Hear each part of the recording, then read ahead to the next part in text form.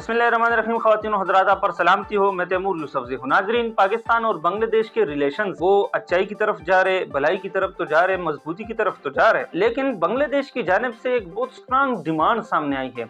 उसमें से जो दो बड़े डिमांड्स है, एक तो ये कि पाकिस्तान और बांग्लादेश का जो सकूत था उसमें पाकिस्तान के अंदर बांग्लादेश के जो रिसोर्सेज थे उन्हीं में से उन्होंने 4 अरब और 10 करोड़ डॉलर का जो है वो उन्होंने अपना हिस्सा मांगा है कि ये पाकिस्तान वापस करेगा। और साथ में 1971 पर जो गैर कानूनी तरीके से वहाँ पे जुल्म जबर किया है बकौल उनके कि पाकिस्तान ने हम पे किया, उस पे वो माफ़ी मांगे बाज़ाब्ता तौर पे पाकिस्तान। तो हमारे ताल्लुकात अच्छाई की तरफ, चूँकि एक सहाफ़ी ने ये सवाल पूछा था, उनसे सेक्रेटरी हारजास की मुलाकात थी, तो ये जो इनकी मुलाकात थी उसमें सहाफ़ी ने सवाल पूछा कि पाकिस्तान के साथ आपके ताल्लुकात अभी इंडिया से अच्छे होने जा रहे। तो उसके जवाब में उन्होंने कहा था कि पाकिस्तान के साथ अगर ये डिमांड्स हमारी पूरी की जाए तो मामलात आगे बढ़ सकते हैं। यानी जवाब यही था कि मामलात हमारे पाकिस्तान के साथ अच्छे हैं अभी इस वक्त, लेकिन हमारी डिमांड्स भी हैं, इसको भी पूरा करना है। तो ये एक इंटरनेशनल एक बड़ा बैक थ्रू सामने आया है।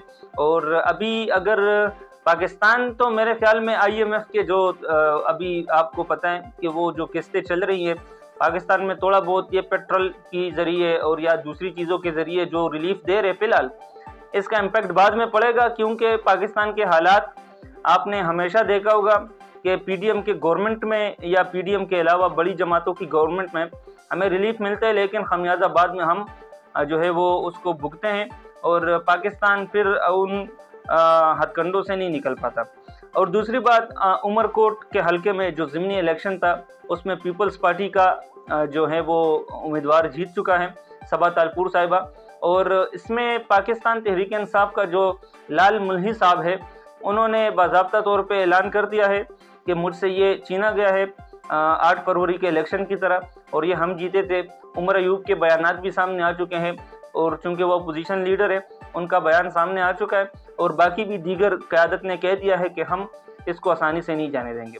ये तो सिर्फ एक सीट है, 8 फरवरी के तमाम तर सीटें जो आप दावा कर रहे हैं कि हमसे ली गई है, उसके ऊपर कोई स्टैंड अभी तक आप लोगों ने लिया है कि अभी एक सीट के ऊपर आप जो है पूरे पाकिस्तान को वो लपेट में ले लेंगे, ये तो अलग बात है। फ़लस्तीन के लिए आपने क्या किया अभी तक? मैं पाकिस्तान तहरीक इंसाफ समेत तमाम तर जमातों से ये अपील कर रहा हूँ, बसमेत जमात इस्लामी के। मैंने पिछले दिनों हाफिज़ नईम साहब से यही सवाल पूछा था, यहाँ इस्लामाबाद में उनकी प्रेस कॉन्फ्रेंस थी। मैंने पूछा, हाफिज़ साहब आपने ऐलान तो कर दिया कि 20 अप्रैल को हम अपारा चौक से अमेरिकन एम्बेसी तक जाएंगे, और उन्होंने कहा कि ये इस्लामाबाद का नहीं पूरे पाकिस्तान का तारीखी मार्च होगा। तो इस तारीखी मार्च को इस्लामाबाद इंतज़ामिया या आपका स्टेट अमेरिकन एम्बेसी तक जाने नहीं देगा, ये मुझे पता है, आपको भी पता है, आवाम को भी समझ आ चुकी है। क्योंकि आप देख रहे हैं जमात इस्लामी की गिरफ्तारियां हो रही है और उनके बैनर्स उतारे जा रहे हैं इस्लामाबाद की इंतज़ामिया की जानिब से, लेकिन आवाम का कोई रेजिस्टेंस हमें उस तरीके से नज़र नहीं आ रहा। क्योंकि फ़लस्तीन के लिए है, अच्छे काज के लिए है, लेकिन वो रेजिस्टेंस ख़त्म होने को है, क्योंकि आवाम समझ चुकी है। अब हाफिज़ साहब ठीक है अपना रोल प्ले कर रहे हैं, लेकिन निज़ाम का उनको बखूबी पता है कि अमेरिकन एम्बेसी तक उनको कभी भी जाने नहीं दिया जाएगा, और अगर वो मुज़ाहमत करेंगे तो उसका फिर आप देख लीजिएगा कि क्या नतीजा निकलेगा। कहीं 4 अक्टूबर की तरह ना हो, कहीं 26 नवंबर की तरह ना हो, कहीं 9 मई की तरह ना हो, तो वो फिर इसी तरह के हालात होते हैं। फिर हाफिज़ साहब ने मुझे यही जवाब दिया। मैंने पूछा, हाफिज़ साहब आप, मैंने वज़ीर ख़जाना साहब का भी मैंने जिक्र किया, क्योंकि वो सवाल उससे रिलेटेड, इसलिए मैंने थोड़ा उसको लिंक किया कि हमारे वज़ीर ख़जाना साहब ने ये पिछले अपने प्रेस कॉन्फ्रेंस में यही कहा कि हम अमेरिका को, जो हमारे ऊपर उन्होंने 29% टैरिफ लगाया, उसका कोई जवाबी कार्रवाई का हम सोच नहीं रहे, ना हम जवाब या कोई जवाबी स्टेटमेंट देंगे। तो मैंने कहा इस स्टेट से फिर आप क्या उम्मीद कर सकते हैं कि आपको वो अमेरिकन एम्बेसी तक जाने देगा?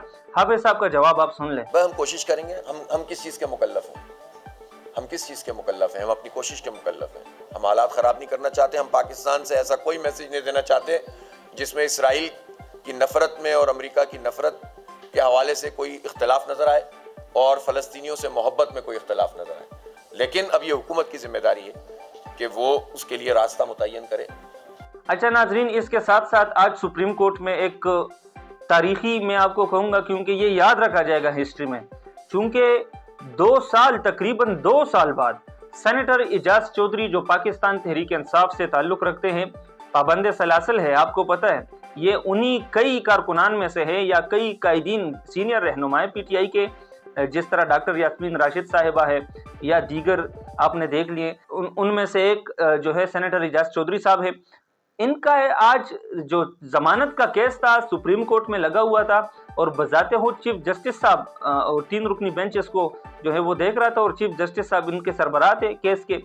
उन्होंने आज हुकूमती वकील को पिछली दफ़ा वैसे इनको कहा था कि आप ये सबूत वगैरह इकट्ठे करें, लेकिन आज भी इनके पास कोई सबूत नहीं था।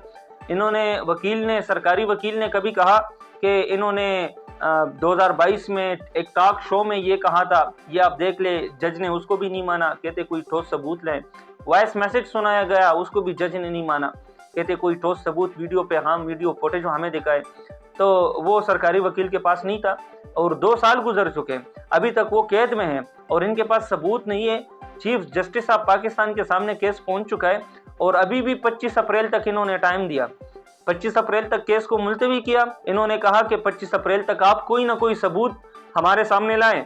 अब 25 अप्रैल तक, अब 2 सालों में इनके पास कोई सबूत नहीं आया। सरकारी वकील है, मेरे ख्याल में कि 25 अप्रैल तक इनके पास पता नहीं क्या सबूत आएगा।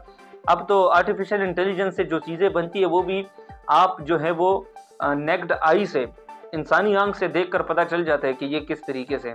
और डॉक्टर यास्मीन राशिदा की वीडियो फुटेज आप क्यों नहीं दिखाते जज साहब को, कि वो कोर कमांडर हाउस के सामने खड़े होकर लाहौर में लाउड स्पीकर में कह रही है, ऐलान कर रही है बाज़ाब्ता कि अवाम आपने बिल्कुल भी बदअमनी नहीं फैलानी, आपने इंतशार नहीं फैलाना, आपने हाउस पे हमला नहीं करना, आपने गमला तक नहीं तोड़ना, हमने भरपूर और पुरअमन तरीके से एहतजाज करना है। वो ऑन रिकॉर्ड मौजूद है, आप जज को वो क्यों नहीं दिखा रहे? तो ये चीज़ें चल रही है पाकिस्तान में। और हमारी अदालती निज़ाम आप देख लें, इसी चीफ जस्टिस साहब के हुक्म होते हैं और अडियाला में आपकी मुलाकातें नहीं होती। हमारी अदालतें हुक्म देती हैं और वहाँ पे अडियाला में जो पुलिस का अपना एक निज़ाम है, जहाँ से सिक्योरिटी ज़राए की खबरें भी चलती है, वहाँ का जो निज़ाम है उस पर जो है वो निज़ाम हमारी अदालतों पे हावी है, जो वो चाहते हैं वही होता है। आपने देख लिया कि जुमरात वाले दिन कल किस तरीके से गिरफ्तारियाँ हुई हलीमा खान की, यानी ये फुटेज आप देख लें किस तरीके से ये हलीमा खान बैठी हुई है। ये भी तारीख़ी लम्हा है, ये कभी आवाम नहीं भूलेगी, ये याद रखा जाएगा तारीख़ में।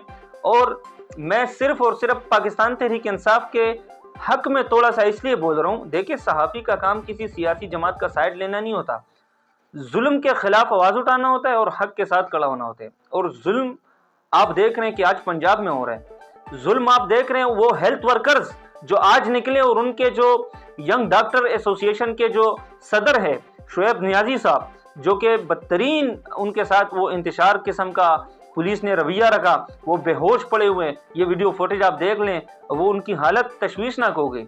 ये उनके सदर हैं यंग डॉक्टर्स एसोसिएशन के। हज़ारों हेल्थ वर्कर्स लाहौर में माल रोड पे निकले हुए हैं अपने हुकूक के लिए। हमारे पास पंजाब के प्रोजेक्ट्स आते हैं रोज़ाना, हम टीवी स्क्रीन्स पे देख रहे हैं कि इतने प्रोजेक्ट्स हैं, कहाँ गए वो प्रोजेक्ट्स? आपके हज़ारों लोग तो सड़कों पे आ चुके हैं। आपने पिछले दिनों देखा होगा साफ एंड शफाफ पंजाब, यानी कि ये जो साफ सफाई सुथराई वाली जो प्रोजेक्ट थी, उसमें जो लोग थे उनकी तनख्वाहें भी नहीं दे रहे थे। अब वो लोग फिर सड़क पे निकले, उन्होंने कहा कि हमें क्यों आप सैलरीज नहीं दे रहे? तो प्रोजेक्ट्स आप स्टार्ट तो करते हैं, लेकिन प्रोजेक्ट्स को फिर पाया तकमील तक पहुंचाना होता है। उसको अपने जो आपने प्रोजेक्ट के लिए अमला तैयार किया होता है, जिनको आपने भर्ती किया होता है, उनका ख्याल भी रखना पड़ता है। तो ये जो गवर्नमेंट है ये इस तरह के प्रोजेक्ट्स ना बनाए ताकि कल को फिर पूरे पाकिस्तान के अवाम को उसका खमियाजा भुगतना पड़े।